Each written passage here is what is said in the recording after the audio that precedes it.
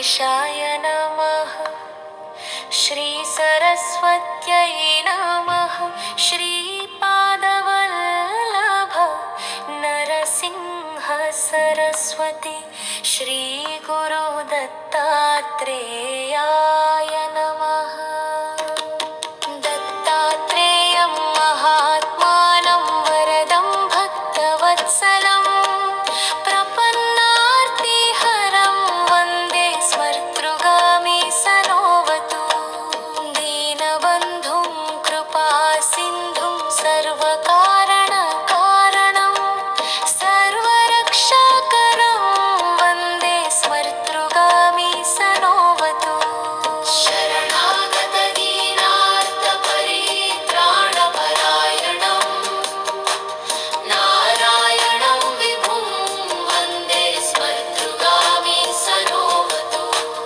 सर्वानर्थहरं देवं सर्वमङ्गलमङ्गलं सर्वक्लेशहरं वन्दे स्मर्तृगामी सनोवतु। ब्रह्मण्यं धर्मतत्त्वज्ञं भक्तकीर्तिविवर्धनं भक्ताभीष्टप्रदं वन्दे स्मर्तृगामी सनोवतु। शोषणं पापपङ्कस्य दीपनं ज्ञानतेजसः तापप्रशमनं वन्दे स्मर्तृगामी सनोवतु। सर्वरोगप्रशमनं सर्वपीडानिवारणं